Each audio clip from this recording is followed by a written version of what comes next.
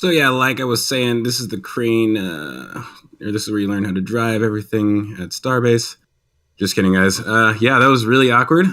Thank you guys for staying with us. That was, one of those growing pains that are gonna happen. We're gonna learn from those, and hopefully, not have that issue again. But like I said, thank you guys for coming back. And Mauricio, let's pass it over to you.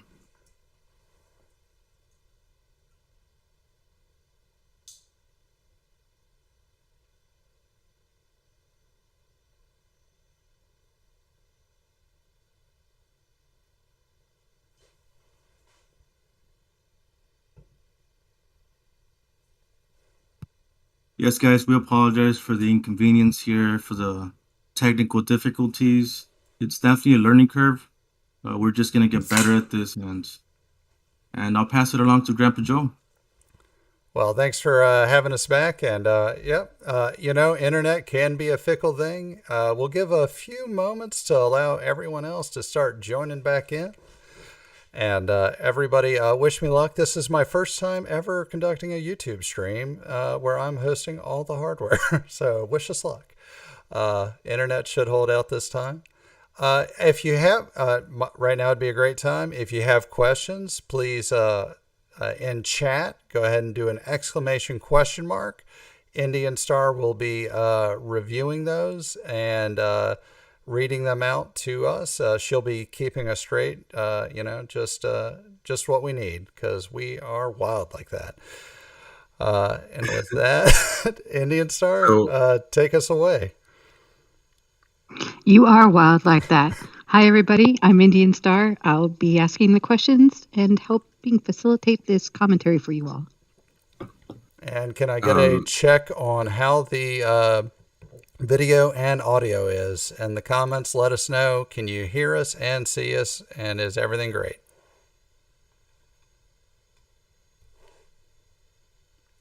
And I realize that there will be a 20-second delay before we can see what you're saying there. Or before you can see what we're saying. Go ahead. Before we left, Casey donated $1.99 for a new mouse. And I took it out shopping, and I got a new little green mouse. But unfortunately, it only works when I stay zoomed out. So, yeah. Well, talk to the hand. But as long as I stay zoomed out like this, we got a new mouse that's a lot easier to see. So thank you, Casey. Your donations went pretty much immediately to work. And that's the kind of improvements we want to see around here. Yes, sir. We also had a donation of 100 ruples Indian from Goompa. And sorry if I'm slaughtering your name. And thank you for that. Rupees, by the way, rupees. What did I say? Ruples. Ruples are Russian. I think ruples are Russian, right? He's like, I didn't pay in that currency. That's funny. How did he do on the name, Indian Star? Let's move on, shall we? Okay.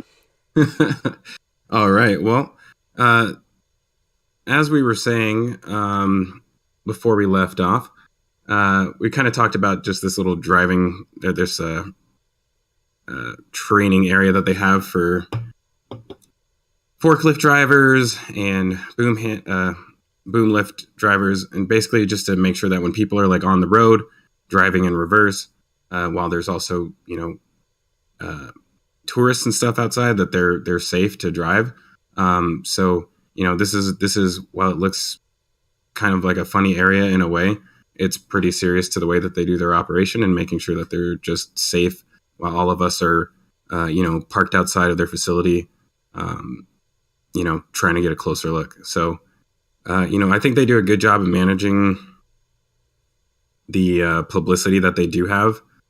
And part of that is this, just like general safety practices. So it's kind of good to be able to like see this stuff, and actually be able to verify that they have that going on instead of being like, yeah, I think they train people, but we never see it. If you go sit out here, you might even hear it. So yeah, let's continue on. So there was a question before you get too far into this about Carl asks, Nick and Sweeney posted a pic of SN15 and SN16 with 2 for sale signs in the foreground. Can you see the plot where those signs are? He's curious what those plots are, if you have any visibility into those. I've actually seen those. That's going to be over there by the Sanchez site. I don't know if that can go back to that or probably way past that. It's going to be at that corner. There you go. It's that corner green lot at the bottom right. Or yeah, there you go. Yellow for sale sign right here. Yes, sir. Where's the second one?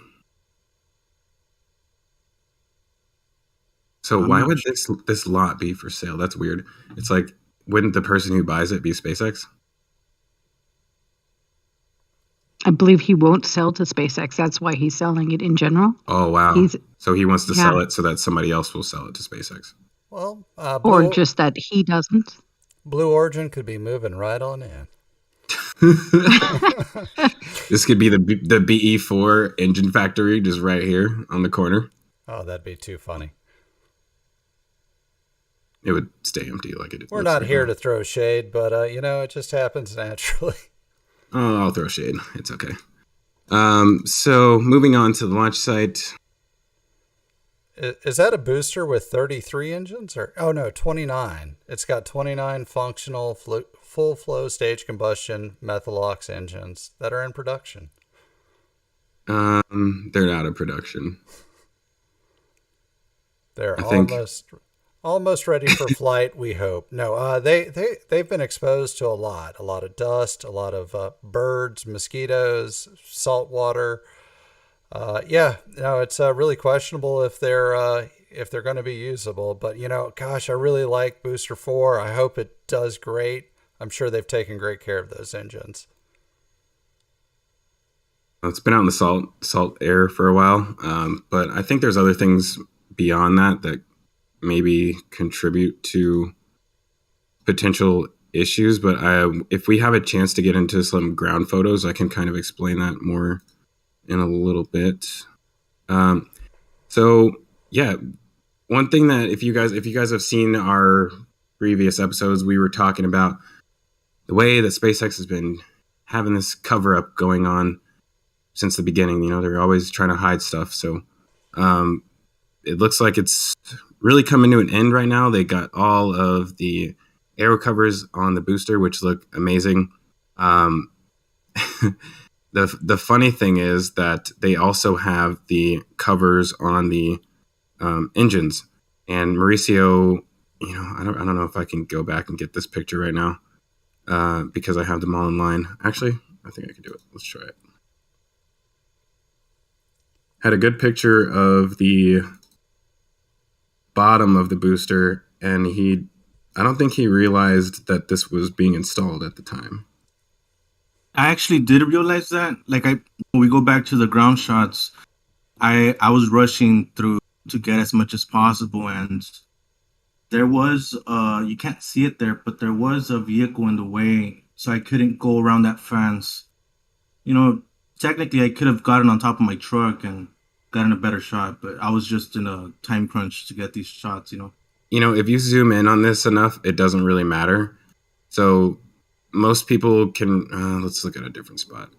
Most people can remember what this looks like with the open engines on the side, the plumbing for the engines on the side.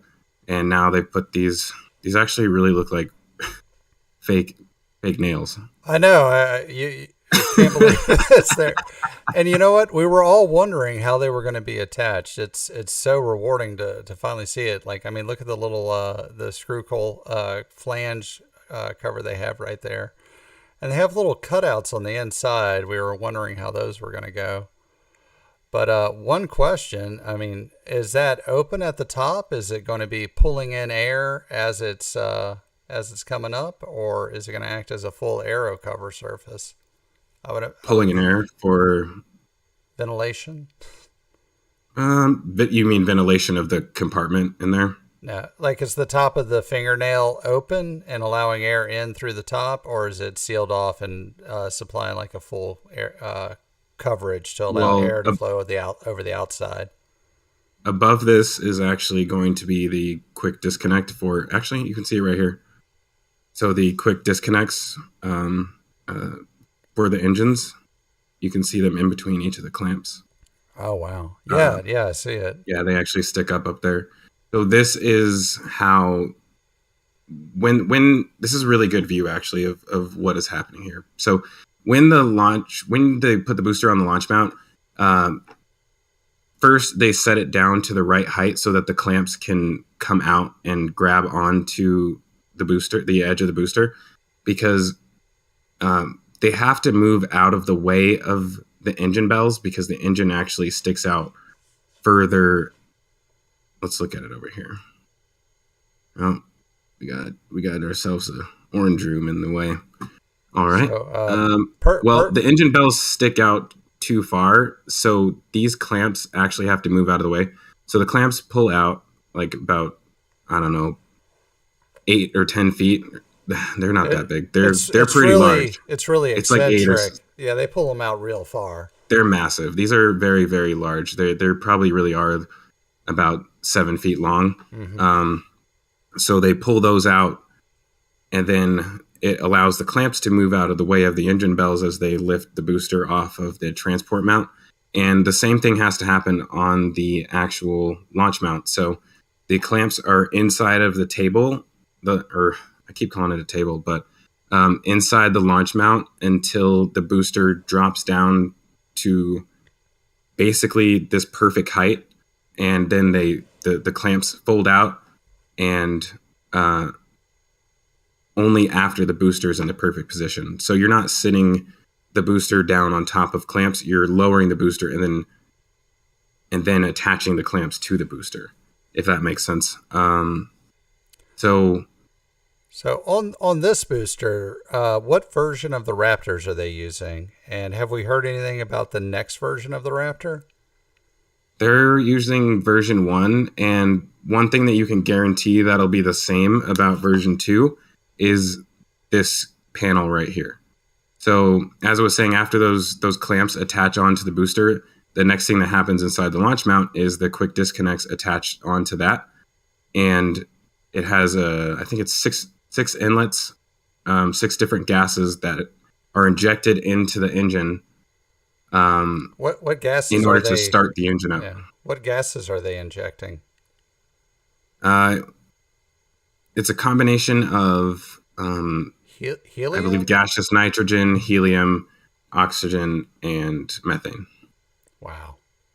And then they have that going in. Do they have a return pipe for the methane so it doesn't vent out? That could be one of the options. I think that what I've seen is that it's actually looks more like it's the liquid oxygen, oxygen return. So basically the what you see during the Raptor chill venting. So instead of allowing that venting to go out over the side of the table, the launch mount, you actually pull it in to the inside of the platform and then divert it somewhere else so that you don't have a waterfall of super cold material pouring out of the side of the booster when you have 20 clamps that have all of this structure around them that you need to make sure it functions. You don't want to be dumping all of that cold material over these things. So instead, through this port, you suck it back into the launch table and send it somewhere else. So why are they putting all of the material through the table? Like, why isn't it just on the booster itself? So the other thing to consider is that, as you see here, they're covering this up with these COPVs. So these are basically used for various parts of engine operations. So that could be startup or actual controls of your thrust vectoring. COPV is a compression overwrap pressure vessel. It's a really fancy scuba tank that holds a lot of high pressure air. That's it. Right. And hey, Zach. Yes. Well, I have a question that now that we're looking at this photo. I understand why they cover up the COPVs and the purpose of the aero covers. Do you think, we're looking at the fueling ports right there, are they going to protect Yeah. that? Yeah. It's going to be really big, and they just haven't rolled it out yet. I think there's no way they're going to leave it looking like this. The reason that they have to do this right now, in my opinion, is because they do not have they don't have a transport stand that has a quick disconnect attached to it, similar to the one that they just rolled in the other day, which is made for Starships.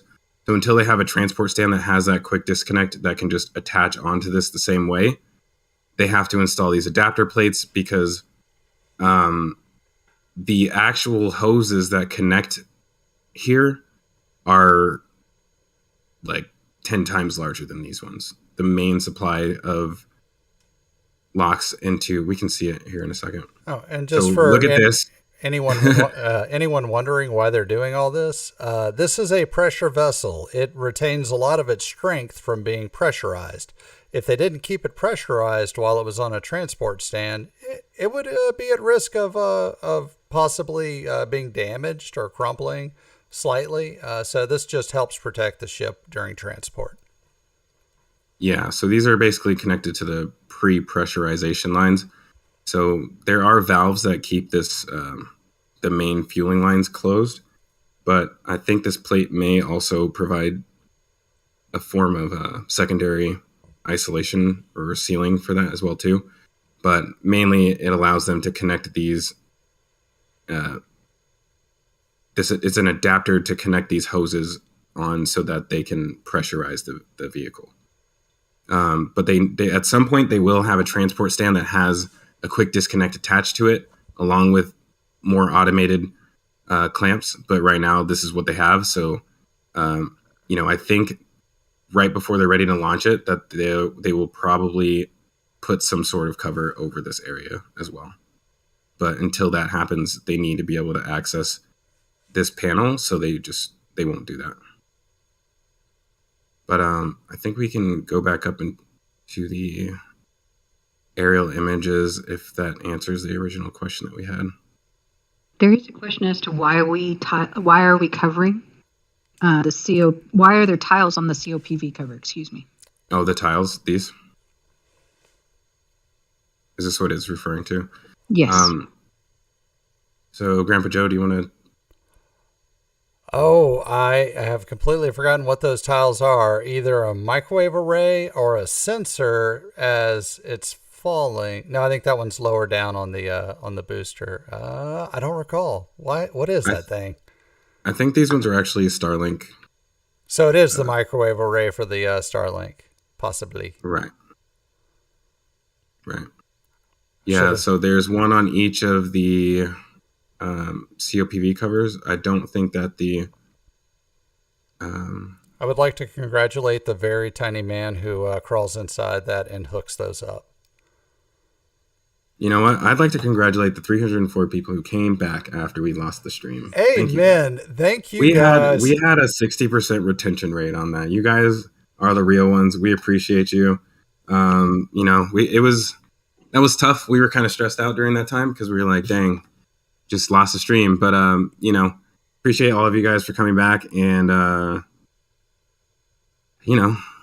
tough out here sometimes when you're just learning how to do all these things. But I'm glad you guys enjoy the content enough to come back and continue watching.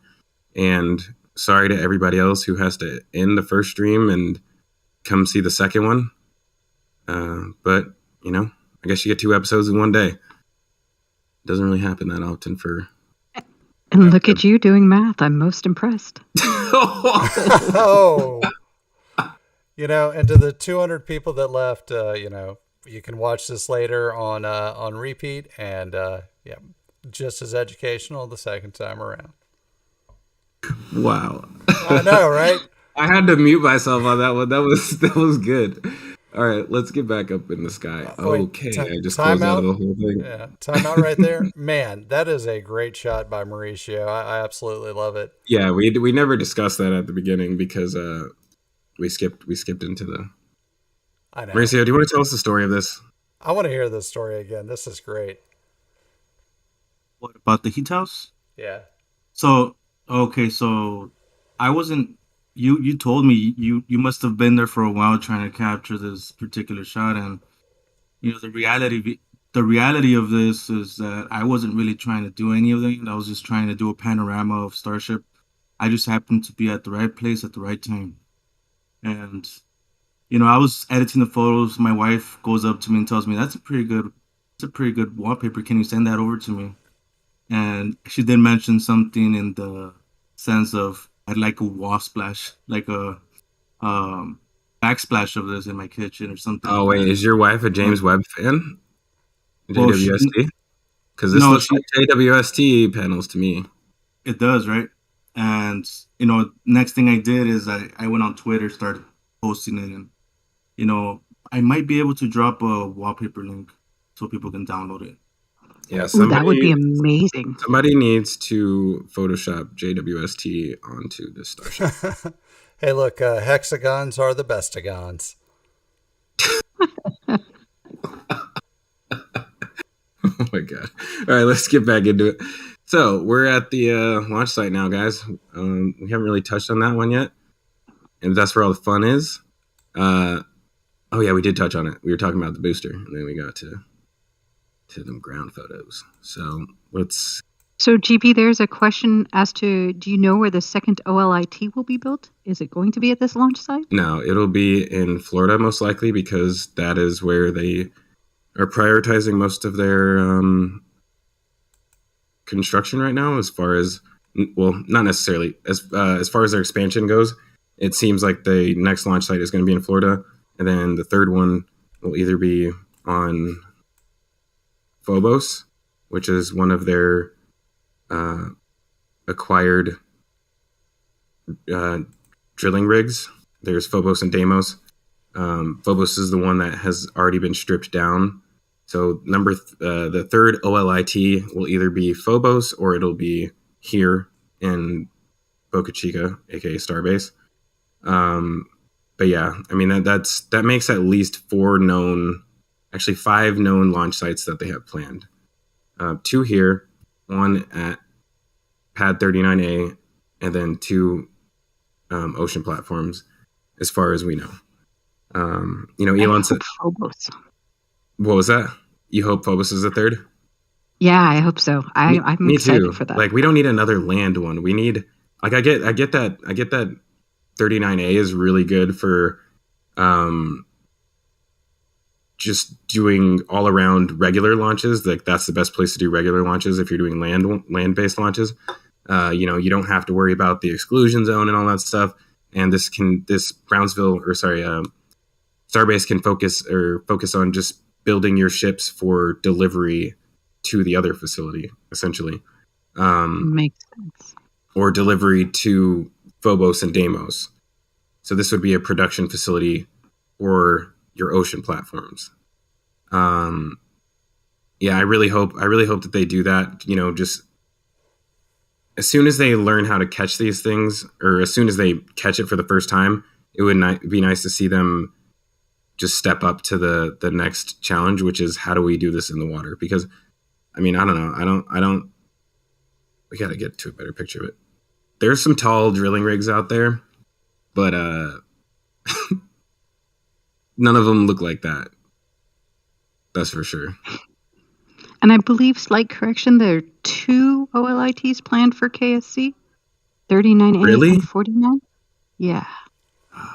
Yep, there's one that requires an environmental review and will probably be at least 2 years away, but they have one that could be ready as fast as they can construct it.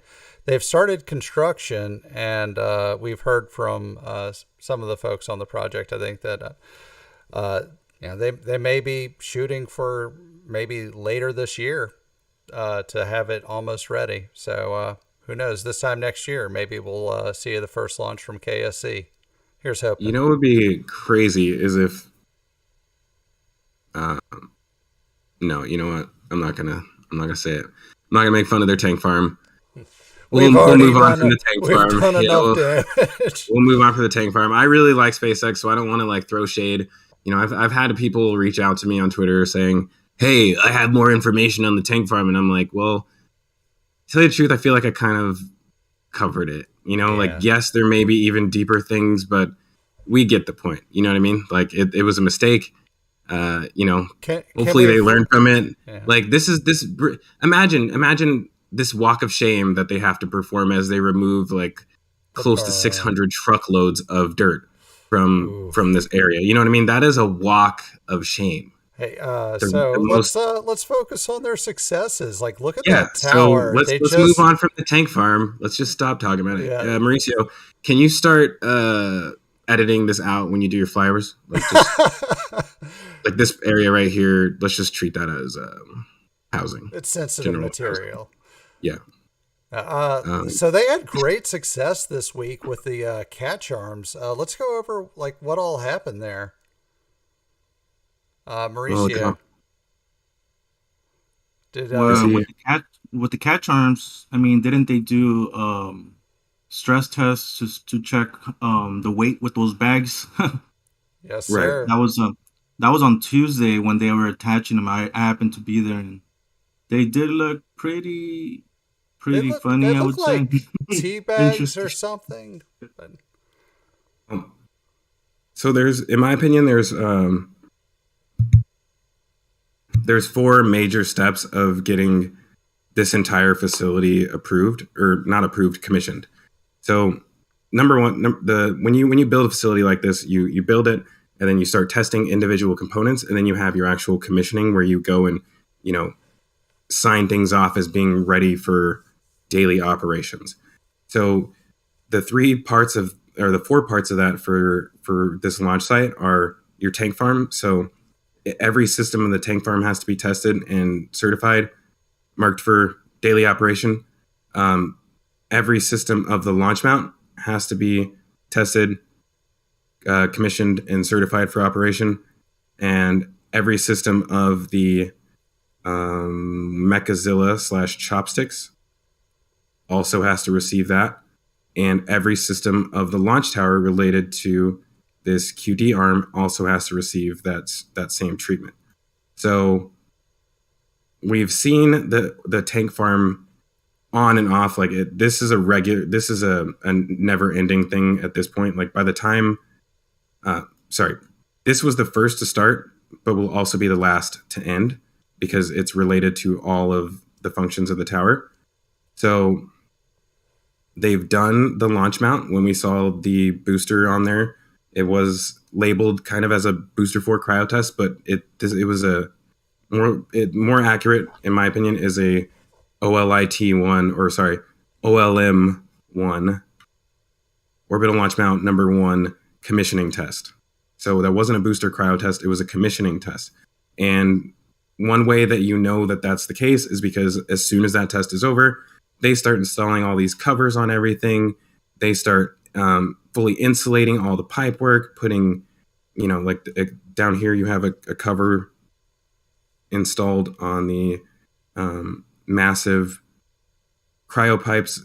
We already know that if you see a cover there, that they're going to have to fully cover everything else. If you're covering that means everything else is getting covered. Like, this thing is not done. They're going to have to cover all of these stairs because this is attic stairing. Like, how do you stairs that you use to get to your attic? You're not going to survive. no, they're a little booster. flimsy. So, yeah, I have so many questions about this, but I'm sure our audience does as well. Indian Star, have any questions come in that the folks Lots would of like them, to- actually. Oh, good. You know what? Yes, sir. But The they're about floor- all different subjects. So there's a Gotcha. question about, do we know for sure what the amount of weight was that was tested with the chopsticks? Oh, We do. I So think we do. you want to answer that one? Oh, I've forgotten the answer. I want to say it was over 200 tons. Yeah. So each of the large balloons that they were using, I think we have. No, that was picture from the last one. Each one The- has 100 tons capacity, and And the there- smaller ones are 50, roughly. Yeah. I think. so, We never confirmed that. Yeah, there were 2 large ones and 2 small ones, right? So that'd be at most 300 tons. 2 large ones and 4 small ones. Oh wow, 400 tons possible. So that's and look, a fully Yeah, 400. yeah, a fully fueled booster weighs in excess of 3,600 tons metric. So these an empty booster though only weighs between 120 maybe 200 tons somewhere in there. So them testing 400 tons is double the capacity of anything it will ever lift. And if the landing goes right and it hits almost zero right as it lands, it should be able to more than withstand catching a booster as it lands gently on its arms.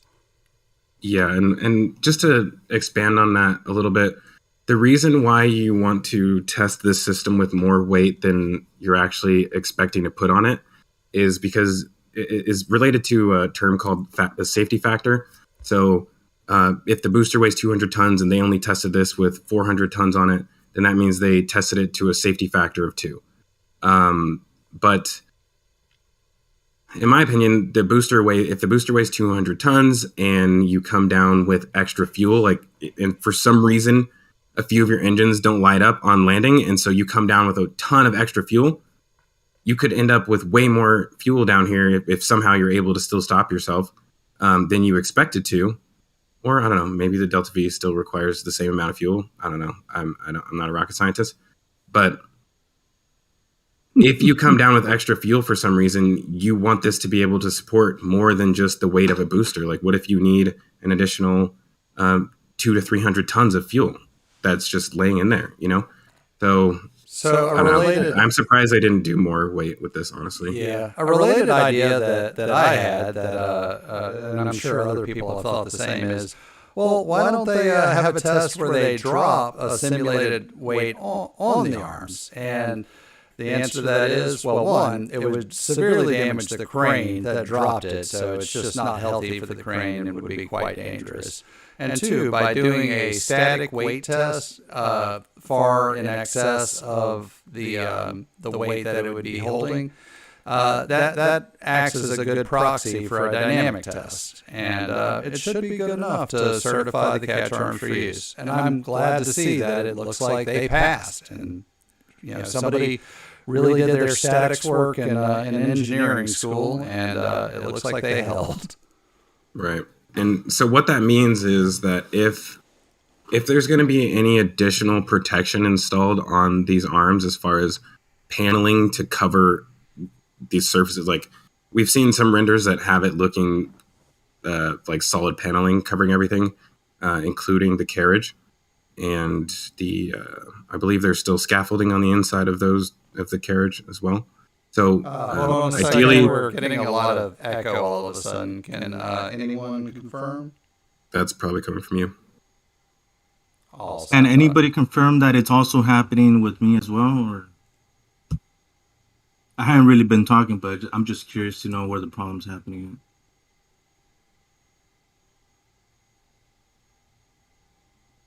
Grandpa Joe, you're getting a lot of love in chat.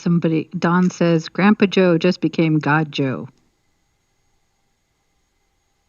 Hold on, let's just make sure it's not. Trying to figure out. And GPJ is the one who has the echo. Mauricio is fine. Only GPJ. Look at that. Thanks, guys. There is a little bit of a delay, so... Well, I guess while Grandpa Joe figures that out, I was going to ask you, I wanted to see what your opinion is on the Chopsticks being successful the first time that it attempts to catch a booster, being that this has never happened before.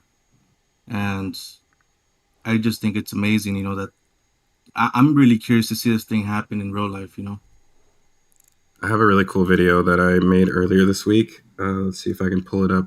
Hey, can I get a mic check and y'all let me know if it's still echoing? This is a Falcon 9 I think this is 10x speed. So we can all just watch this together and I'll narrate what's happening for us. So basically, Falcon 9 is returning from... Actually, let's restart all the way from the beginning. 18 seconds. So this is the boost back burn. The Falcon 9 has done a backflip and has completed its boost back burn right now because it has to return to the place that it started from. Oh, they shouldn't have done that. They should have kept this view. Now it is lining up the landing pad, which is on land instead of in the water like normal. You can see it performing micro adjustments. You have a landing burn, or sorry, actually that is the landing burn. I love that. I'm sorry, I can't maintain my fake Scottish / Australian accent through that because that is amazing. I just want to back up a little bit, and I wish I could slow this down. So one of the things that you're going to notice with this is that the booster, and mind you, this Starship Super Heavy booster is going to have far more attitude control than this thing will. So they already know how to do this, and you can watch in very fast motion the way that this rocket decides, first of all, guides itself in and then decides when it's going to land. So let's start it right there. You can see it guiding itself in, and right here it decides to land. And yeah, it kind of stuck it pretty much right in the middle. And oops, okay, let's abandon that. Hey, Zach, have we seen any grid fin testing from the booster? No, I don't think so. Right here, I don't think we have. So if you consider the drone ship, or even just that landing pad we were looking at, to be the same as what we're looking at here, I mean, the Falcon 9 legs are probably, I don't even know. GPJ might have to edit a Falcon 9 onto this launch mount for us one day. Is he still here? Did we lose him? I'm still I think here, he's but checking his audio. I'm super echo mode. We couldn't have lost him because then we would have lost the stream as well. That is good news to know. He's still here with us. But if you imagine a Falcon 9 landing here, it's basically in the middle every single time. It's probably, if I had to guess, just under the size of what it would take to contact the clamps. Like, I would not be surprised if they could land a Falcon 9 through this on the ground. That would be like, okay, if they had an old Falcon 9 and they were ready to decommission OLIT-1, it would be cool to just try and land a Falcon 9 through it. Just to prove how good their avionics is. I agree. Just I don't think they will because it's too risky on that. They're definitely not going to do it. But I think that they have enough accuracy to, on the best day, 0 wind, I'm pretty sure that Falcon 9 is sticking that landing straight through this donut if they tried it. So with that being said, I don't think there's a chance that they're going to miss the booster when they try to do it. As long as they do their first trial with the booster over the water, they're going to stick that landing. The Starship, completely different story. But, moving on, one of the other things that I've noticed in this view, and I'm going to try and see if I can circle around a little bit. Okie dokie. These very large metal panels right here, which actually have some framework attached to it. How about now? Can y'all hear me? So these are probably similar to the dog houses that we've seen over here, except they're way larger. And, I kind of have a theory about them. I'm going to see if I can circle around. I love the way you take these pictures because it makes it really easy to do this. So, actually, I can't see it from that area yet. Oh, no. Hey, you were talking about the Falcon 9 landing inside the orbital launch mount. And people are mentioning that the legs do have to deploy, so it might not be feasible. Right? How wide are the legs? Are the legs wider than this gap? I don't think they are. They are. Yes. There's very little margin of clearance between the legs and I mean, I know you're just hypothetical. It's not right. We're not really. Exactly. So continuing on. So what was that, Anisar? Anisar, were you going to say something? Oh man, did she cut out? Okay. Yeah, I can. Barely. You're like in and out right now. Or maybe it's me. I hope it's not me. Hey Zach, you're in that photo right there in the center. The people are asking what that doghouse is for, and I think you touched base on that on the one on the other side. But there's Yeah, so another one right there. it's right here, yeah. And I was trying to get a good view. If you guys don't mind, I'm just gonna try and find. I know there's a better. Hey, can you hear me all right, Golden Boy? Oh, hey, look who it is. That's not Mike, your normal intro. Can you restart? Hey guys, it's Grandpa Joe. I'm not sure anybody can hear me though. I can hear you. I can hear you. Man, I'm looking for the perfect image, guys. This is a tough one. I really want to. All right, this will do it. This is right. This is what we need. So, the doghouse that Mauricio is referring to is this one. Which hold on, did we lose them again? Let's just do a little roll call. GPJ, you're still here? Yes, sir, still here, and it sounds Ambient like the stutter? echo is gone. Oh yeah, I completely forgot about that echo. I'm not gonna lie, guys. It's all good. It's all Anyways, good, sir. Look at all that cribbing. Oh, also your your taskbar is still showing. Oh yeah, full screen. Thank you. Spoilsport's probably yelling at me right now. He hates full screens when he sees it. That's because he uses an iPhone an Android in order to watch this stuff. So like he's like, get the taskbar off my minuscule screen. I can already barely see anything. Wait, do we allow Androids on our server? We don't really have a choice. We just have to basically accept whatever Discord does. I don't know. We'll talk about that later. Yeah, I think so. So one of the things I wanted to point out, not only you have this doghouse right here, so if we assume that it's made for something similar as this one, then it's probably going to go over the piping on this side, which unfortunately is a little bit. Let's see. I'll just bring out a picture from a day that I know was sunny.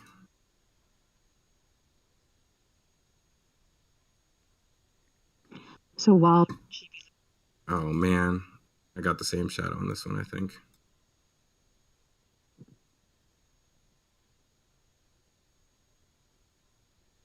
Sorry guys. This might be a failed attempt right here. I gotta get the right angle on it. No, I don't think we're gonna be able to get it out of this one. Sorry about that. We try sometimes, and that was a fail. So let's get back over there. did we lose Grandpa Joe again? Or No, I'm are you still there, Grandpa Joe? still right here. He was just being patient with me. So one thing I want to point out about this area, and it's unfortunate that I backed out of that because I did have a better view of this. Actually, hold on. Okay. So out of the entire launch site, for the most part, everything that is within the boundary of the launch site has concrete over it. So you see concrete all the way around here. I mean, this doesn't have concrete over here, obviously, but everything else, other than the Walk of Shame, has concrete over it. The only place at the launch site that doesn't have concrete over it is this shape that's right here. And a lot of people say that there's no water deluge here, but I disagree. And I'm pretty sure if it was going to come out of the ground anywhere, it's going to be right here. And I think this hole is here for a reason. And potentially these panels are also here for the same reason, because they kind of line up with the overall shape of this. So what do you whenever that rocket takes off, the water deluge should help suppress the sound. But do you think that's going to be enough to protect the concrete underneath? Or do you think they might throw a little diverter down there? I think that they may need some diversion. What do you think, Indian Star? I was going to say. Oh, I think we're losing you, Indian. You said. Yeah, sounds like you're. We hear your spirit coming through, but not the words. So we're fine. So yeah, I think that's, I'm not afraid of throwing out a little speculation. I would not be surprised if they build a little box right here out of these. But other options for this is covering up the staircase that's on the backside. Also installing a full cover around the entire outside of the launch mount is very likely, in my opinion. I mean, I don't know what good this canopy does you if you have these holes in between the canopy pieces. So at the very least, they're probably gonna put something in between those. But I would not be surprised if they fully enclose the entire launch mount. And if we start seeing pieces like this show up all over the place, then that's probably what they are, is enclosures. So as you go around the launch site here, I'm reminded of the real MVP, and that's United Rentals. I mean, man, look at all the man lifts and boom lifts out there. Yeah, Elon's favorites, because they just beep all day long. I know. At some point, it's why bother even listening to the beeping? But I'd like to remind the audience that you too can just go down to United Rental and get any of those. Hey, do you want to talk about this for a second? I got to step away for about 30 seconds. Absolutely, sir. So, well, actually, Mauricio, do you want to give it a go first? What we're looking at here? Well, it looks like they're installing the roof for the tower. Yeah. So, do you think they're going to put an office or maybe like a little party place there on top? Would you go to a party at the top of the tower? I'd consider it. I'm actually wondering where the lightning rod's gonna go. Oh, At this point, we haven't seen that anywhere, right? no. I think in one of your ground photos, somebody captured the lightning rod. And whenever we go over those, we will definitely post it up right here. Yeah, you caught more than you knew. Right. Yeah. I just haven't seen. I would have thought that they would have installed that by now, but I think they need to put the roof first, right? Yeah, the roof should come first, and then the lightning rod. Indian Star, have we? Would you like to ask another question from the audience? Oh, we may have still lost Indian Star's audio. So, All right. welcome back. Did you talk about the elephant in the room? No, we haven't talked about that yet. Oh, well. Because I guess I could pull up some ground photos of this, but we can see it even better from the air. So it looks like they've finally started to lay some tiles onto the roof of the... Oh, that elephant? Yeah, Launch tower. we talked all about that. No, I was talking about the other elephant just off to the right. Oh, this one? Oh, yeah, let's get into this. What is that? What are those? So this is... At first, I thought this may be allow like cryotubing to come through here, but I don't think so because... let's try. My secret dream was that they were going to connect the suborbital with the orbital platform, that maybe they could fill up the Starship from the suborbital and then fill up the booster from the orbital platform. But this just isn't protected enough to be cryogenic fluid. It would dissipate too much. It wouldn't work out. But that said, a boy can dream. Regular conduit. Hopefully they're going to be laying down a ton of LEDs around the entire facility. So they need to, I actually posted a picture recently, which, it's not up there anymore. The actual original poster deleted it. But it showed LEDs around the entire facility. So it would be very nice if these conduits, at least one of those conduits is holding the LED voltage supply line. Mm-hmm. A lot of folks are saying, why use a lightning rod? The whole tower is basically a lightning rod. Well, it was in the it was in the FAA environmental assessment approval. So I think, look, it's a cheap little part that's not going to hurt anything. They might as well throw it on so they remain in compliance.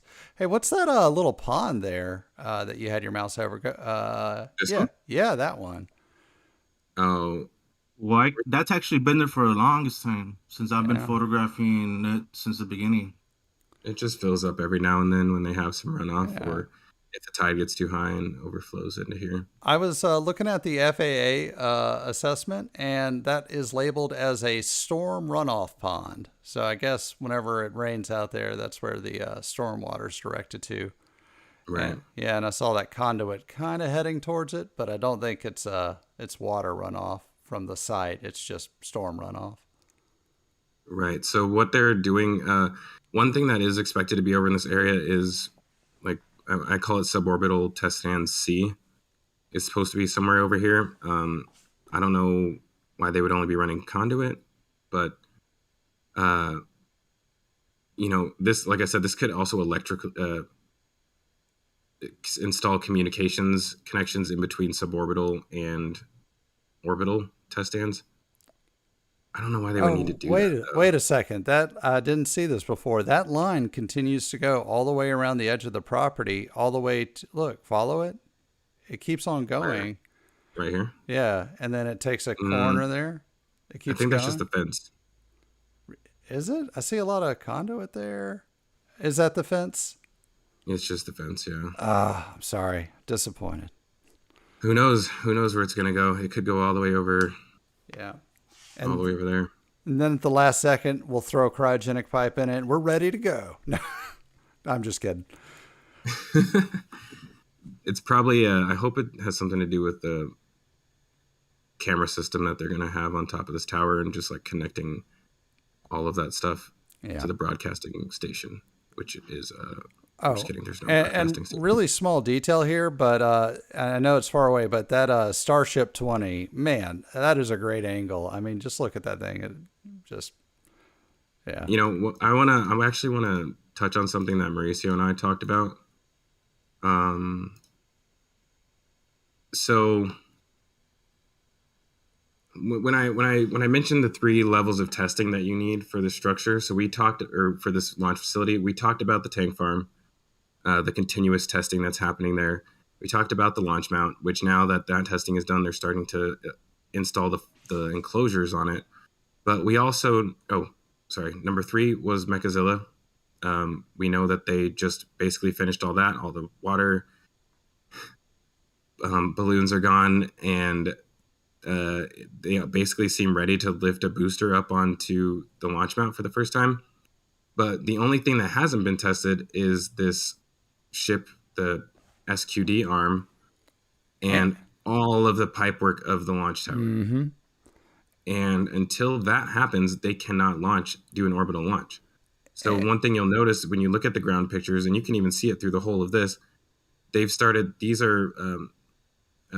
braided flex hoses. They've started wrapping them with cryogenic insulation, and they have not done that anywhere in this launch tower. So there is natural wrapping that goes on most of these tubes, but you can even see from way up here that all of these joints, all of the elbows are uninsulated.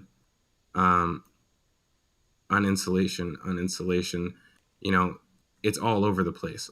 So look over here, even more, all the way down. So we're gonna look at some ground pictures too. Matter of fact, let's just hold tight. Wait, don't go.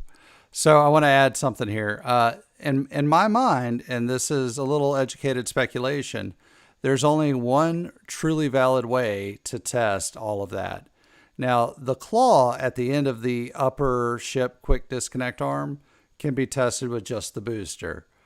But to test all those pipes, you're going to have to do a full stack. So I would foresee them putting the ship back on top of the booster and hooking the quick disconnect arm to the ship and fully testing the entire integrated system with that connected. Literally, I would not be surprised if they were in the process of stacking the booster right now while we're in the middle of this live stream. I would not be surprised. I would hope that all of you miss it at the same time with us so that we can all get on Twitter after this and talk about it. Because that would be pretty amazing. But as GPJ was saying, sorry, I abbreviate your name all the time, but it's, I only have one grandpa, you know what I mean? So, yeah. Oh, and by the way, there's two requests. One is to show the top of Booster 4, which I'd love to see as well, and the other is to show the remains of Booster 3. You guys, I just have to tell a story because this is something that I've been wanting to share for a long time, and there's close to 500 people in here right now, so I feel like now is the right time. Grandpa Joe and I did hosted a show on Twitter Spaces, which most of them aren't about space, so we wanted to be one of the first ones to host them about space. And we did this show together, and about 3/4 of the way through the show, people were calling him Joe, I think, at the beginning, and then towards the end, everybody was like, "So, Grandpa Joe," just the way that they would ask him, Grandpa Joe. It was so funny. It just felt like people really thought he was their grandpa by the end of it. But, You know what? If you need a grandpa, I'm here for you. Hugs all around. Oh, Indian Star, you're back. We can hear you. I'm back, hopefully. Yay. Yeah, you So sound there's great. lots of questions if you gents have a few minutes to answer some questions. yeah, we can do that. Yes, absolutely. All right. So let's start with a few of the ones that we were talking about. There is the request to look at the top of Booster. Yeah, let's do 4. that right now. There's also a question. Oh, go One ahead. second. Let's do it. Yeah. Before we step away from that, so let's just finish where we were saying. So, in order to test the launch tower, you have to put a full stack on the launch tower. So just like they did with the booster, you have to connect a booster to it, because if not, the only way to purge all of these lines and the only way to actually fully make sure that they're working correctly would be to connect a vacuum onto like every single hose that exists on the launch table. And that vacuum is a booster. So they put the booster on top of here, and they unfortunately commissioned the launch table using a booster, and that means that you probably had to purge all of the pipes out. So every single pipe that is on the launch mount and up all the way to the quick disconnect, all of those have to be purged at some point. So they did a really good job, if you noticed during the first cryo test, of like purging most of it out the side of the launch mount. And then the next day they purged it out the front of the launch mount, because that was the crossover line for the detank system. So they purged out the crossover line, and then the next day they tested to make sure that they were loading fuel, it looked like. And then after that, they filled it all the way up and then tested the detank system, which goes down this leg. This is your methane, basically detank, or I forget the correct word for this, methane bleed, H4 bleed. And then your liquid oxygen actually detanks back through the same supply that it came through. But you have to purge all of those systems in order to clean them enough to be certified for operation with cryogenic, materials. So or cryogenic fluids. So they have to be as clean as possible. And the only way that they could do that was they didn't have a bunch of vacuums, cryogenic vacuums laying around. In my opinion, that cryogenic vacuum was booster 4. Oh, hey, before you go, one quick thing. Special shout out to my compatriot from work, my rocket buddy Mark Sudeline, asked, does the quick disconnect arm go up and down? And the answer to that is no. It swings in left and right, and it has some fine adjustment at the end with the claw, but in general, it does not move up and down. All right, now on to the top of booster 4. We're getting into a little bit of speculation right now. For those of you who know me, I'm not really I don't really shy away from making a little bit of speculation, and this could be true and it cannot be true.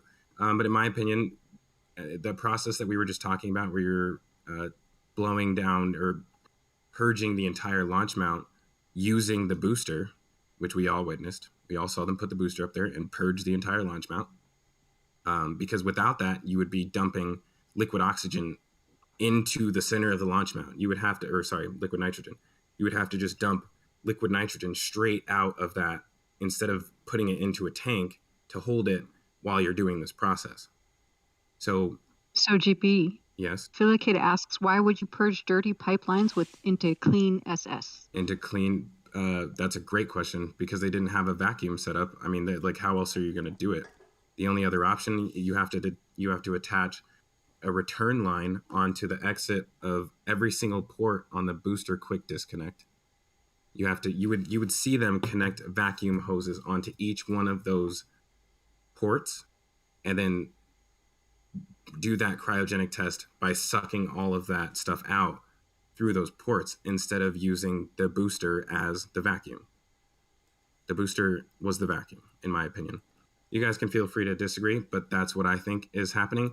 And if that was the case, then Ship 20 is also a vacuum, and it's also, unfortunately, a bigger vacuum because you have an entire launch tower here, which has far more... Lot of pipes to go through. Lot of pipes. Lot. And the worst part is we can switch over to the ground pictures.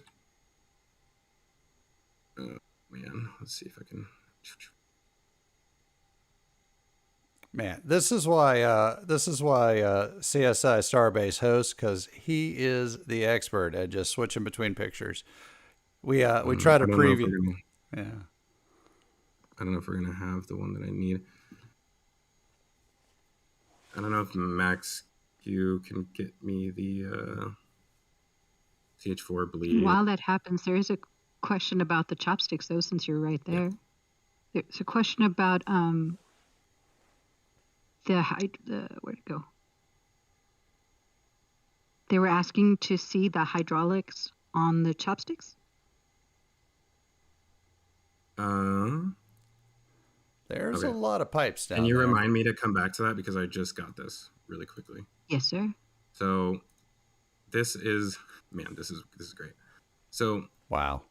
You have both your liquid oxygen and your liquid methane, and this is also from Mauricio, actually, aka RGV Aerial Photos. If you guys aren't subscribed, please subscribe, and if you guys haven't liked, this is the second time we've had to do the stream today, so if you only liked the first time, please do it again right now because we had to restart the whole stream, so we appreciate all you guys coming back.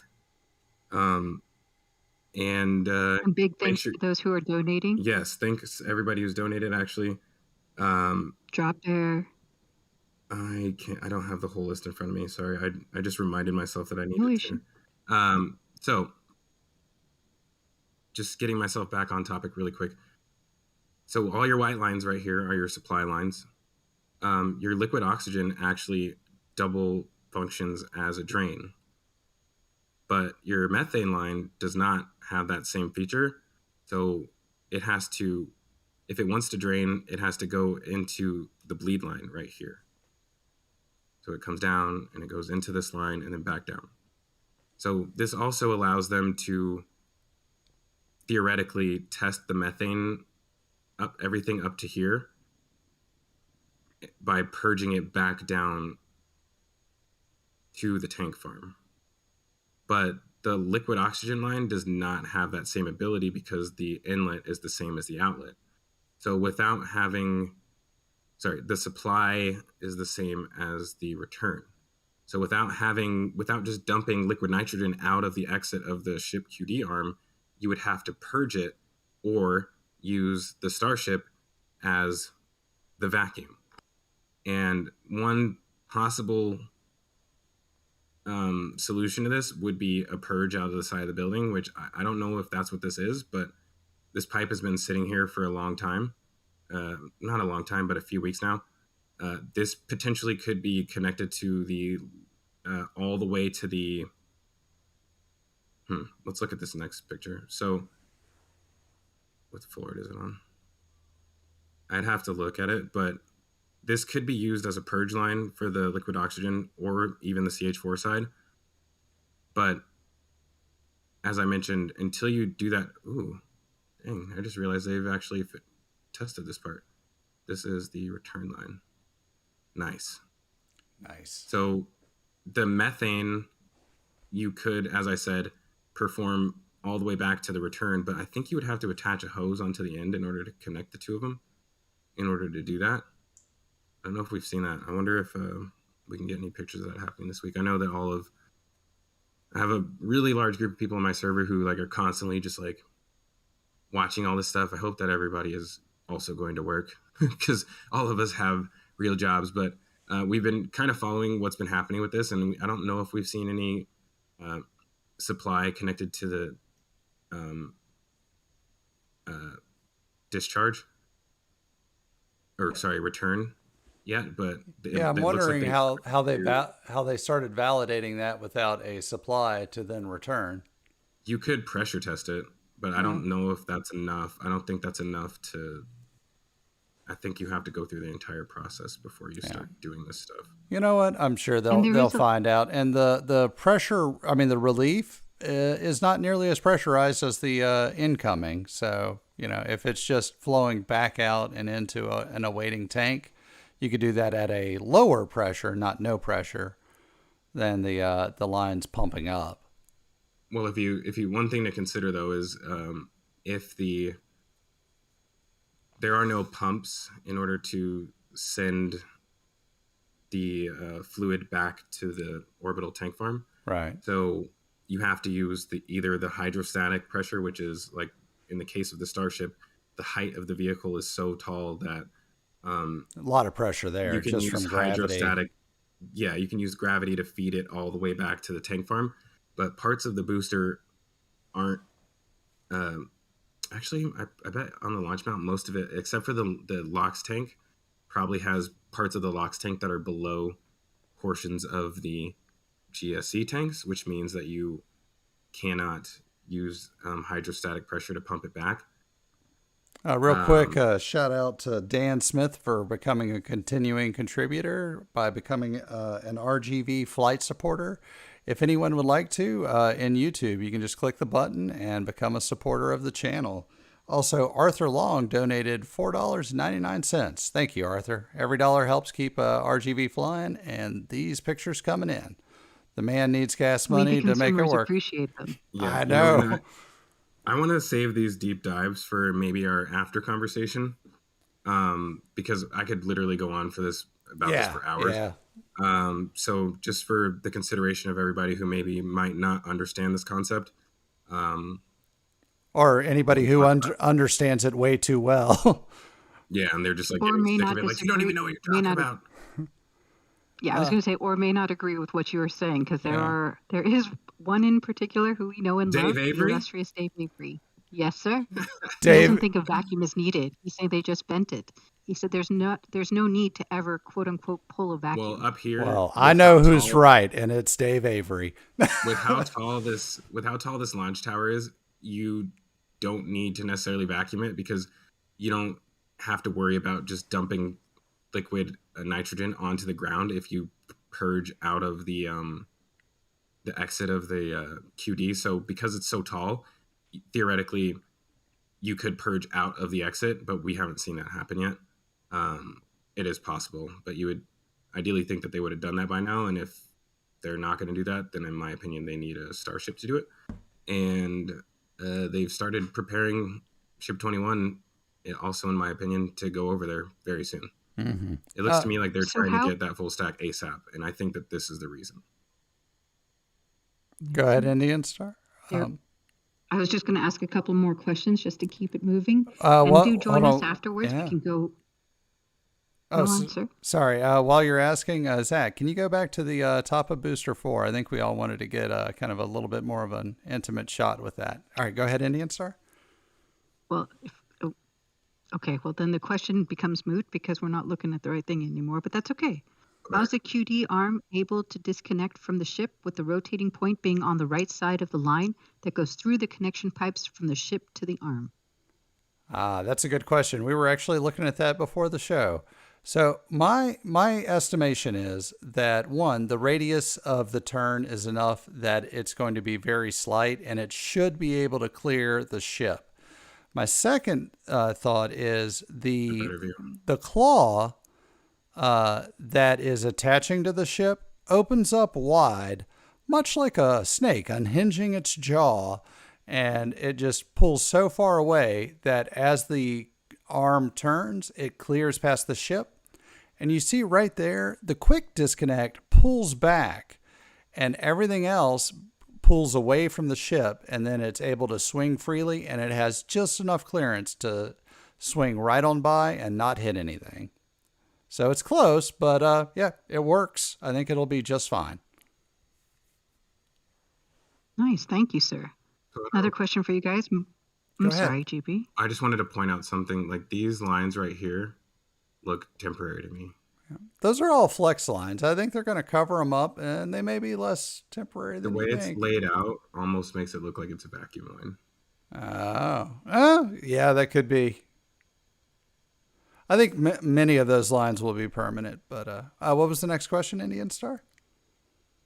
Where do the landing pegs rest on the chopsticks? Is it more so being caught or landing there in a finite position? So I'll let Golden Boy drive to the right picture to see the top of the chopsticks. As it lands, it's in the right orientation. It's the points that hit the arms are sticking out within 15 degrees. It's easy to control that part. Now, it may not land right dead center where it's supposed to be. It may be a little bit further out, a little bit further in. It may be a little to the left or a little to the right. If it's a little to the left or right, the chopstick arms will move to catch it. And if it's in or out, it'll just land a little further out or a little further in. But that little white part that is right in the center of the chopsticks is actually part of a track that will pull the booster dead center right where it needs to be to then end up over the launch mount whenever it's set back down. So they're going to be able to finally control after it lands. It may land anywhere in a range, but after that, they're going to be able to finally control where it ends up and help guide it into the exact position needed. And the lower arms have fine-tuning adjustments as well to line up with the lower end of the booster, and then as they're setting it down, to minutely control exactly where the booster is as they're setting it down. Sound close, GB? I think it is close. I think the white part is the motor on these ones, though. Okay. But yeah, they do have two pins that come and grab it. The motor for the worm gears that drive these two. I don't even know what we want to call them. Mobile pins. Alignment guides. Alignment guides. There you go. Yeah.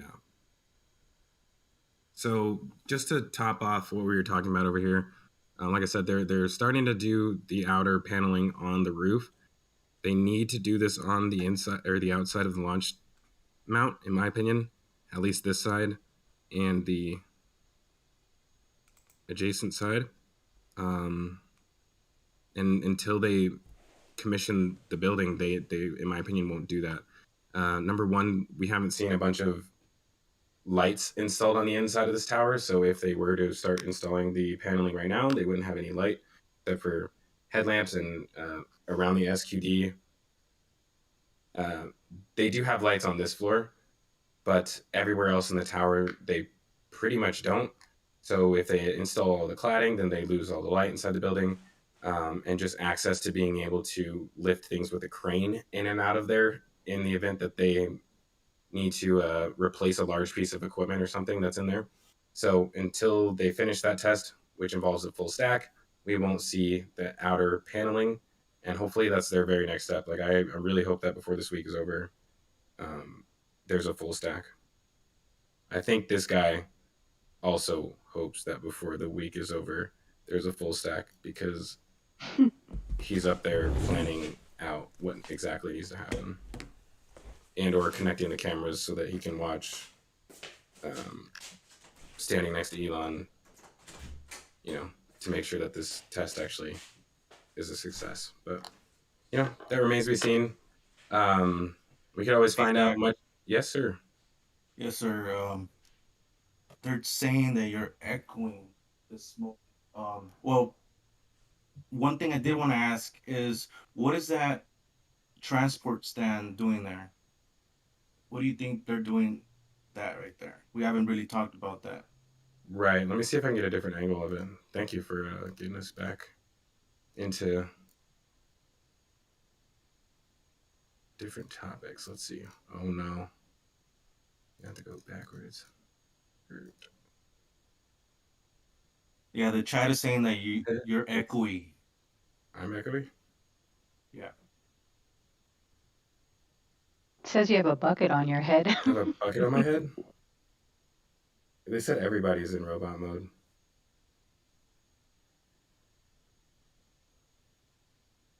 That means it's on Grandpa Joe's side.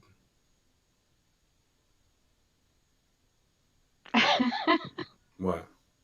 He's hosting the stream. Grandpa Joe, do you want to check your settings?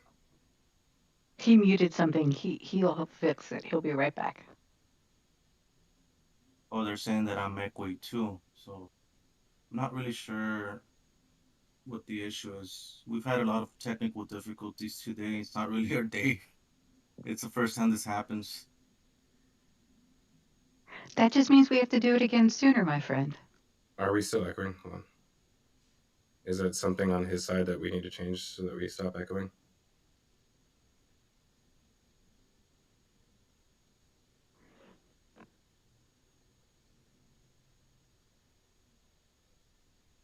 Said the echo is not too bad. Are you guys sure? All right. And can we just pretend that we're actually talking like robots, and so that people can just assume Right. that it's just who we are? This transport stand is used. Okay, that's not good. I'm sorry. I'll just talk normal. This is basically a transport stand that's used to put the Starship on top of. The clamps that are on top of here are the exact same as the stage separation mechanism that is on top of the booster. I know it's in the shade, but that's because of the time of day, unfortunately. But this one has a quick disconnect on attached to it on the side. If you saw it go down the highway,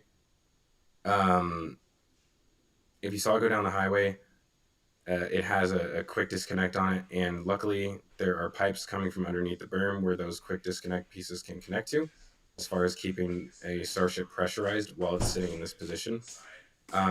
So they could be verifying that all of those connections are working, and then I think once they make sure that certify that this is working, they will pull it all the way over to test stand B, and then take ship 20 off, move the booster over here, lift it onto the launch mount, then move ship 20 over here, lift it on top of booster 4.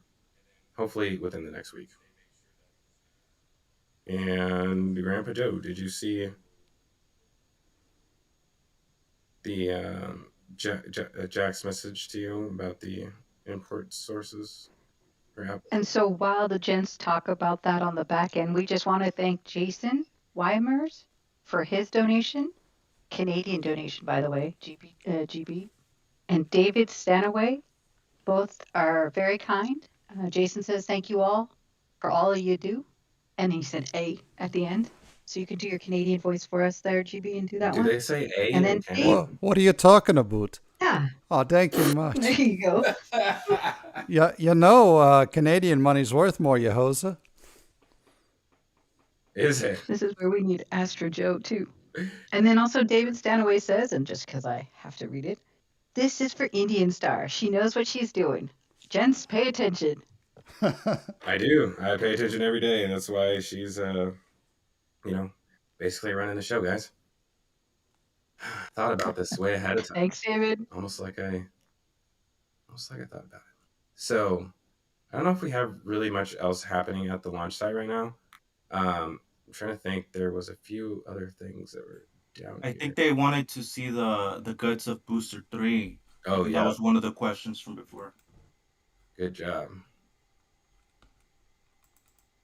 I'm not gonna lie, I got excited because I thought these were like baffles, like to help with the flow in here. And then I was like, I texted, can't remember who I messaged first, but I was like, are these baffles? How is nobody talking about this? And they're like, no, man, it's a trash can. So yeah, it turns out they're just using Booster 3 as a trash can, pile everything up in here and cut it all up and ship it off. It's interesting that they're, for some reason, keeping these sections. They must be much harder for them to cut apart. I mean, obviously, this one is definitely going to be the hardest to cut apart, but it's also been there for 6 months or so. But yeah, finally, I'm really glad that they've gotten this off here. One thing to notice is that they've also taken the mount that it was attached to off. So it was a temporary stand that they put onto here. These are the connection points, that these triangular connections that connected to each of these points. And I hope that if I go just a little bit further, I might be able to show you guys what they're going to use to replace that. Yeah. So this thing right here, also the same triangular pieces. This should be transported down the highway, and then remove the top off of this and place it onto that launch mount. What are they doing? Cleaning them. Pressure washing.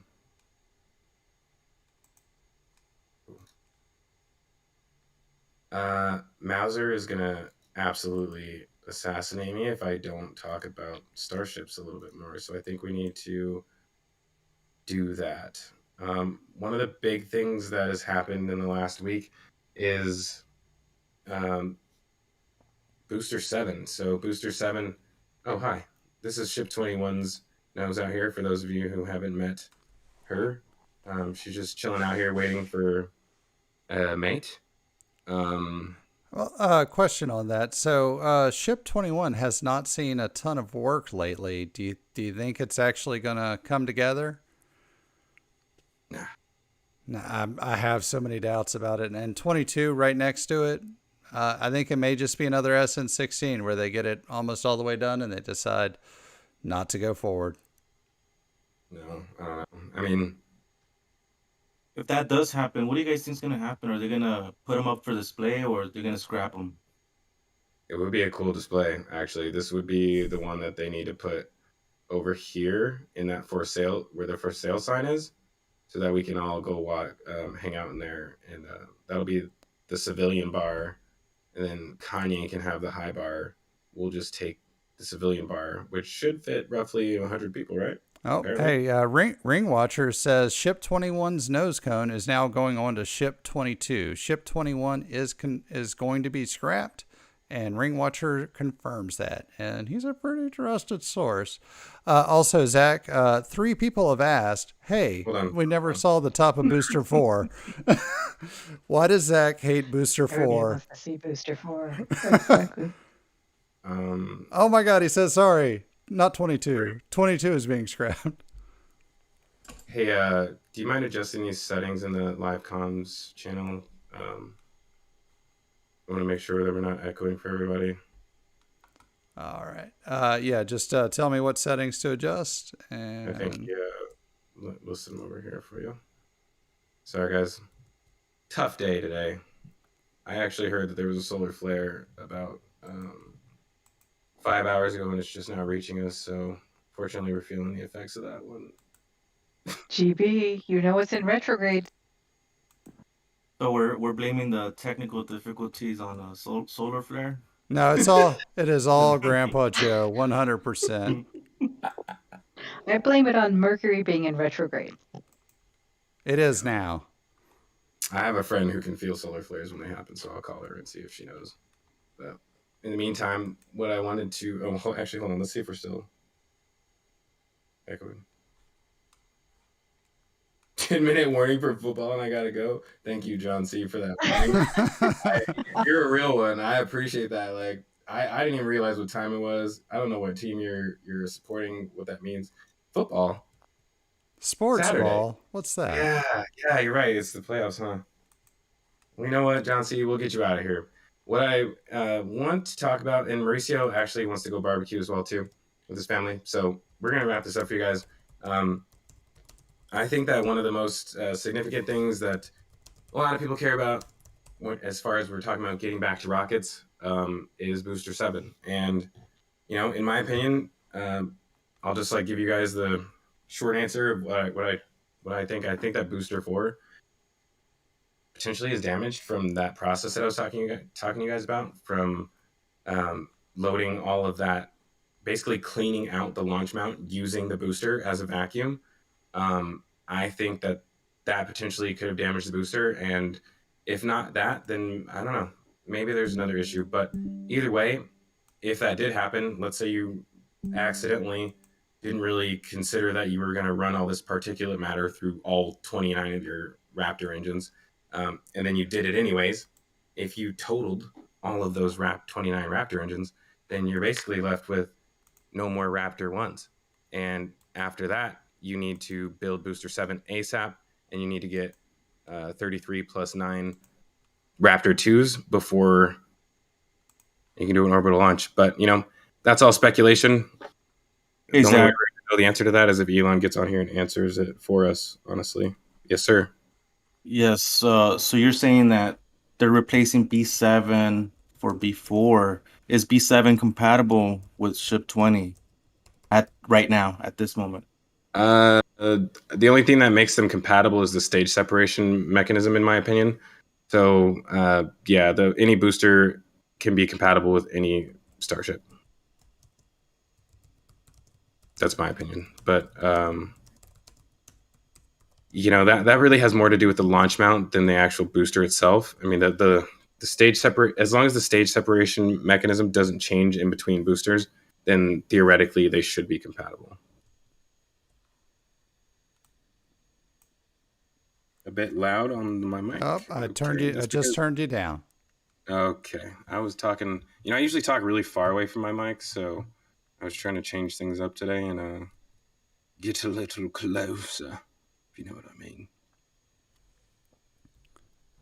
For the next live stream, we're definitely going to hash things out with whatever was causing these issues. To be honest, for the most part, I don't know what was causing these issues, but we'll make sure to address them through the network. So interestingly, Mauricio, I didn't change any settings at all. I just stopped capturing and started capturing.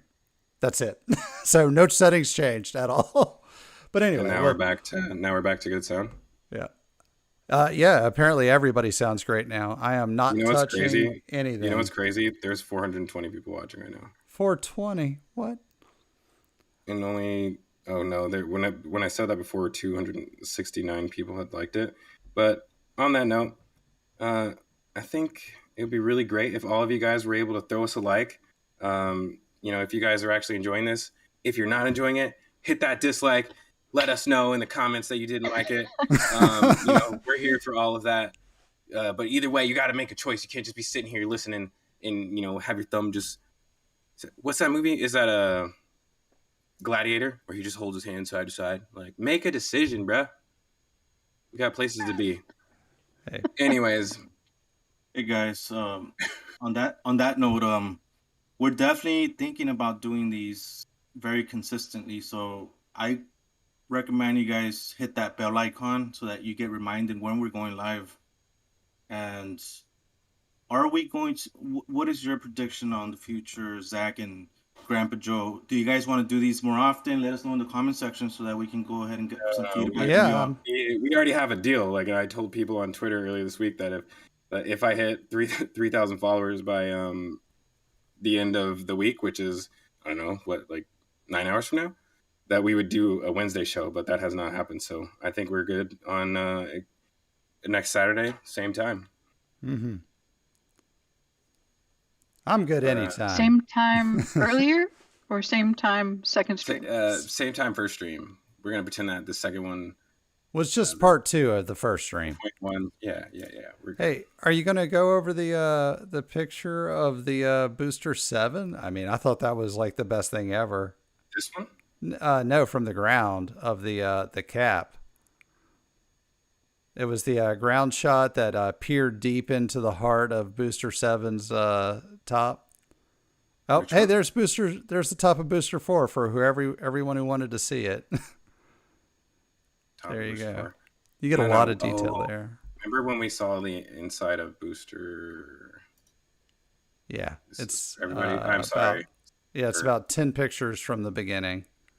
Yeah, this is a tough one, guys. We got to go all the way back because you guys made us skip over the ground pictures, and now this is the punishment for that. We have to go all the way back. So, here we are. Back where we started. Keep going. You got a ways to go still. Up. Walk of shame. Poor SpaceX. This is what we were talking about as far as insulating all these lines after the commissioning process is completed. They're now wrapping up all of these lines. If you guys came here from Marcus House's video, he talked about this a little bit today. Thank you, Marcus, for giving a shout out to us. These lines probably don't need to be insulated because they're gas lines. So where these are repressurization lines, so you won't see those get insulated. Oh, look how big this gap is that all of that rocket exhaust can travel through and come straight through here and destroy these pipes. So you already know they're going to put even more of a cover on here. It's just a matter of time. They put this massive cover on the entire booster quick disconnect, so you know they're going to cover all this up too. We got a lot of work left, guys. And so does the launch tower, though. That's what we came here for, right? Or no. We came here to talk about the booster? No, not that booster. Booster 7. I mean, that's a beautiful booster, too. Yeah, go back to the builds. Yeah, go to the build site. More? Ooh. No, I know, all that construction. Yeah, I was. Oh, time out. Go back. Sorry. Mm-mm. No. This is what you want, though. Yeah, this is what I wanted. Look into the mind. So that's, what is that, a Tesla motor plaid? Man, how would you like that on your car? We're peering through the eyes of a booster, the things that make it move, you know? What's ticking behind the noggin right there. These are the Tesla motors that attach onto the grid fins. Yep. We were talking about that earlier, Zach, about how they tested the grid fins, but when do you guys expect that to happen? We haven't seen it on Booster 4 at all whatsoever, right? The grid fins moving on Booster 4? Right. No, I don't know I've ever seen that. Has anybody in the comments, y'all want to tell us, have you seen it and what day you might have seen it on? Because I don't remember ever seeing that. Look at that camera, by the way, in that little white box there, just to the top left of the motor. Oh, yeah. I think we were talking about this last time where we said that at some point we're going to have to hold a vote to see which 20 camera views we want NASA to provide for us. This is number one on the list right here. Whatever camera is covering this footage of the booster connecting to the Mechazilla as it lands, I want that one. Let's put that on the list. Whoever's keeping track, this camera, number one on the list. There's going to be so many great shots from this, from the first launch. God, I can't wait. All right, now go forward 2 pictures, and I want to share something real quick. All right, and down into the bottom right, just below that black pipe, there's your lightning rod right there. Possibly. And will that go on top of OLIT? Mm-hmm. I think so. I don't know. I'm on the fence about this one. It looks like conduit to me, but this also. Maybe it's a fence post. I don't know. Could be a fence post. Somebody who knows more than I did said, yeah, that's a lightning rod. I was like, all right, I'll believe you. Well, I think it was probably Max Q, and, one of us is going to eat crow. The thing about these things is, guys, is that sometimes you make predictions and sometimes they're wrong. Earlier today, I thought that the booster quick disconnect closed at the speed of light. And I know. It turns out that the camera just dropped a few frames, you know what I mean? But just because you're wrong about some things, I'm not going to stop bringing that stuff to you guys as it happens. Because, if it is true, I want you guys to know about it first. So, sometimes we're going to be wrong. Hopefully it's less often more than it is true. Does that make sense? Yeah. So, you heard it here first. I fully expect to be wrong sometimes. And, hopefully you guys at least enjoyed the footage as it was happening and, figuring it out together that it actually wasn't the case. So, all right. Yeah. And a quick shout out back. to John Boy, who became an RGV flight supporter, and to Stumpy, who says, fantastic aerial photos. Fantastic ground photos. Please keep up the fantastic photos. The clarity is unsurpassed. I'm loving this opportunity to have The photos picked apart and watching history unfold. Go Stumpy. Stumpy.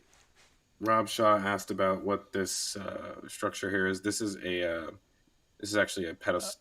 A jig? A pedestal crane, I believe. Huh. Or it's not a pedestal crane, but it is a crane. They're also asking what the black pipe is with the legs in the back of the lightning rod. Yeah, that's the pedestal crane. I thought that goes inside the. Okay. Yeah, it's the crane for the back side of the high bay, I think. I don't know if they're still using it because they've cut it in half. Yeah. Oh, could you go back one picture? And I believe it's a jib crane. And look, no, that one right there. Peer deep inside, and man, look at all the layers of intricacy right there. You got clock. Yeah. Is this a Rolex or a booster? It's got the bling. What even is that? I have no idea. Mind you, Mauricio took all these ground pictures in 20 minutes flat, so I know. He took these pictures and then he got the call that he was going on the flyover and then left to do that too. And we spent the last 3. I think he completed that mission in faster time than we just spent talking about it. So, make sure you guys like this stream because I really just want his work to go rewarded in that way. Like I'm glad that he got this done because, a lot of us get people like me, I get depressed if I don't see a flyover that week. So I was really excited that happened. The twitches. Yeah, I do. I really do. Like withdrawals. If any of you guys agree with that sentiment, make sure you hit the like button, subscribe if you haven't. Also, it's a good time to become a member because we will be doing live streams with Mauricio a lot more often. If you want to become a member, we definitely appreciate your support in that way. And I hope that you guys enjoy the live commentary on top of like looking at these pictures. And, I personally think that it gives another, dimension to these photos that maybe you may not see if you just became a patron and you're looking through them. You may not understand some of the things you're seeing. So hopefully being a part of these live streams and getting a chance to ask questions and have us answer them helps you guys out in appreciating these photos a lot more because I really want you guys to understand what it takes to put a lot of this stuff together. So, hey Zach, up there. Thank you. Hey Zach, as we start to wrap this up here, I'll take a minute to thank you guys for, especially the RGV production team, you Zach, and Grandpa Joe. Your commentating is invaluable, to the SpaceX community. I think we talked about this before. It's something that hasn't been done, and I definitely do want to do this again. We want to make it really consistent, depending on what the subscribers want. We did have a little bit of a bumpy start, but I think we still had a good time. I had a good time with you guys. Hopefully, we'll be able to do another one on Wednesday once we get you to 3,000. All right, everybody go follow Zach so we can get 3,000 and do because I'm dying to do a Wednesday stream. If not, we'll come up with something else, or we'll definitely be here on Saturday. So. Mm-hmm. But if we do a Wednesday stream, just so everybody knows, that means we're probably gonna be covering ground photos only. Just be aware of that. Ground photos, sometimes people are here for just the aerials. So just be aware that that's what we're going to be covering on Wednesday. But in my opinion, you could probably do this every single day and still have new content to talk about. So, woohoo! Yeah. That doesn't big mean... Go ahead. No, big announcement here. Just got word of the next flyover here. So the next flyover will be on Friday. So it's probably going to be the same thing we're doing today, but next week. So just keep an eye on that. It's all weather dependent and things can always change. But that's what we're shooting for, Friday of next week. Awesome. Well, with that being said, I think, Mauricio, you now might be a good time to wrap this up. We're a little bit over the time that we originally planned to stop this at, unfortunately. I don't know if we had any more questions or anything that we wanted to address before we wrap everything up. Were we going to do the Twitter space after this, or? Oh, Yeah, sure. I think I'll schedule one of those here shortly. Yeah, just if you guys spin it right up. Yeah. We're gonna call it the RGV aerial After party. After show. After show. After show. Yeah, let's do that. Right. So if any of you guys want to talk to us and kind of give us your feedback on how you think it went or things that we can do to improve, obviously the echo stuff, we got it. I saw all of you. We guys, got this. It was a learning experience. We'll fix We're that part. now. But if you guys have any other advice that you want to talk to us about, or just want to talk about the Starship in general, join us on Twitter. We'll start a space here soon. I'm gonna give myself a chance to get some food before we do that. So. And we'll take all the questions from the chat and bring them over there as well. So please do. You know join what? We us. can start it right away because I don't have to start talking. Like we can just start it for me. Make me a co-host, and I'll kick it off while you're making lunch. In 5 minutes? Should we do in 5 minutes? In 2 minutes, sir. I expect nothing but the best. End the stream. We're out. All right. Peace out, guys. Thank y'all so much for coming.